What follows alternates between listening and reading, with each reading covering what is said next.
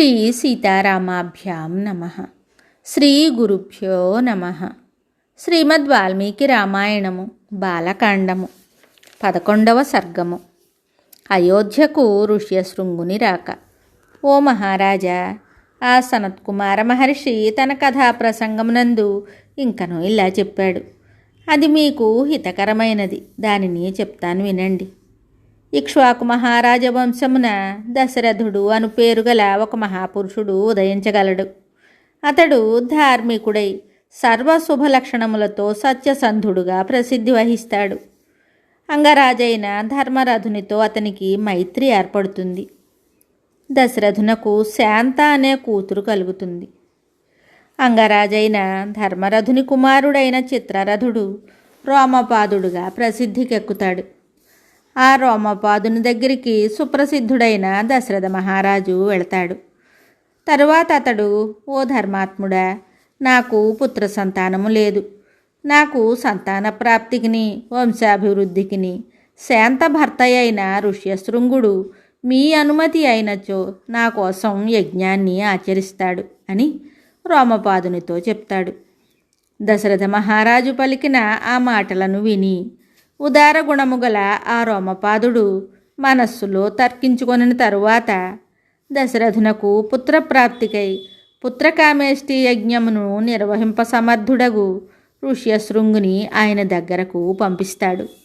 దశరథుడు మనస్తాపం తీరినవాడై ఆ బ్రాహ్మణోత్తముని వెంటబెట్టుకుని వచ్చి సంతోషంతో మనస్ఫూర్తిగా ఆ యజ్ఞాన్ని ఆచరిస్తాడు.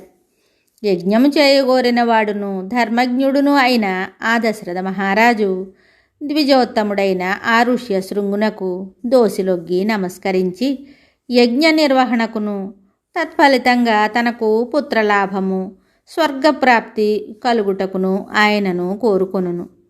ఆ మహారాజు ఆ విప్రోత్తముని సహాయంతో యజ్ఞాన్ని నిర్వహించుట ద్వారా తన కోరికలను ఈడేర్చుకొనును.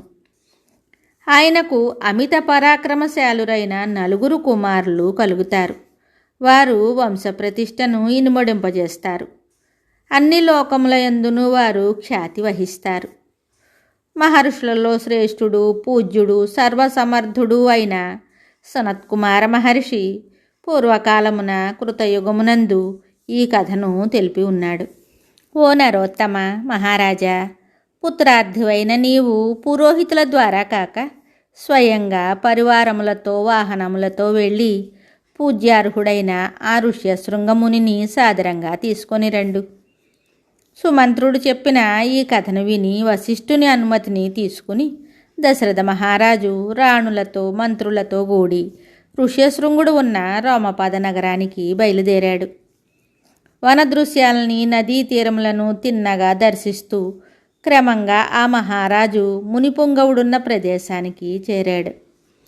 రోమపాద నగరానికి చేరిన దశరథుడు ద్విజోత్తముడును విభండకుని కుమారుడును అగ్నివలే తేజశాలియును అయిన ఋష్యశృంగుని రోమపాదుని సమీపమున ఉండగా చూశాడు.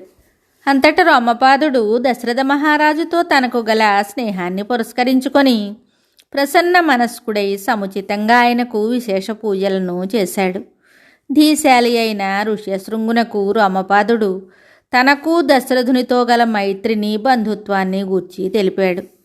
అప్పుడు ఆ ముని దశరథుని పూజించాడు. ఇట్లు సత్కారములను పొందిన దశరథ మహారాజు రోమపాదుని కడ 7-8 రోజులు గడిపి తరువాత ఆయనతో ఇలా అన్నాడు. ఓ మహారాజా, నీ కూతురైన శాంతను అల్లుడైన ఋష్యశృంగుని నా నగరానికి పంపుము. అక్కడ ఒక మహత్కార్యము జరగనున్నది. రోమపాదుడు ప్రతిభామూర్తి అయిన ఋష్యశృంగుని ప్రయాణానికి తన ఆమోదాన్ని తెలిపాడు. తరువాత ఋష్యశృంగునితో, ఓ విప్రోత్తమ, నీ భార్య అయిన శాంతతో అయోధ్య నగరానికి వెళ్ళుము అని పలికాడు.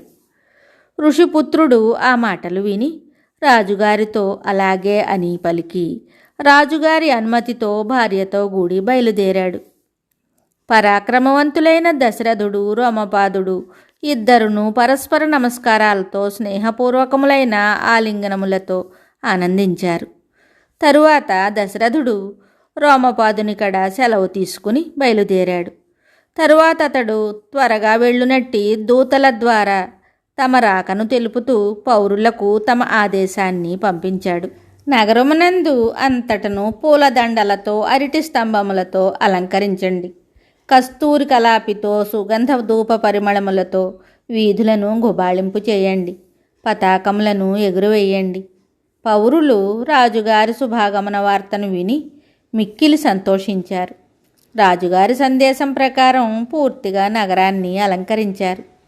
తరువాత దశరథుడు శంఖదుందుబుల ధ్వనుల మధ్య విప్రోత్తముడైన ఋష్యశృంగుని ముందుంచుకొని బాగుగా అలంకరింపబడిన నగరమున సపరివారంగా ప్రవేశించాడు. ఇంద్రుని వలె పరాక్రమశాలి అయిన దశరథుడు ఆదర సత్కారములతో నగరమునకు తీసుకుని వచ్చుచున్న బ్రాహ్మణోత్తమును చూసి ఆ నగరవాసులెల్లరూ కూడా మిక్కిలి సంతోషపడ్డారు. దశరథుడు ఋష్యశృంగుని తన అంతఃపురానికి తీసుకుని వచ్చి శాస్త్రోక్తంగా పూజించాడు. ఇంకను ఆయన రాకతో తాను కృతార్థుడైనట్లు అనుకున్నాడు. భర్తతో కూడి ఆ విధంగా విచ్చేసిన విశాలాక్షియగు శాంతను చూసి అంతఃపుర కాంతలందరూ కూడా ఎంతగానో సంబరపడ్డారు. అంతఃపుర స్త్రీలను జనకుడైన దశరథరాజు ఆ శాంతాదేవిని బంధుమర్యాదలతో గౌరవించారు. ఆమెయు తన భర్తయగు ఋష్యశృంగునితో అక్కడ కొంతకాలం గడిపింది. వాల్మీకి మహర్షి విరచితమై ఆదికావ్యమైన శ్రీమద్ రామాయణమునందలి బాలకాండమునందు 11వ సర్గము సంపూర్ణము. శుభం.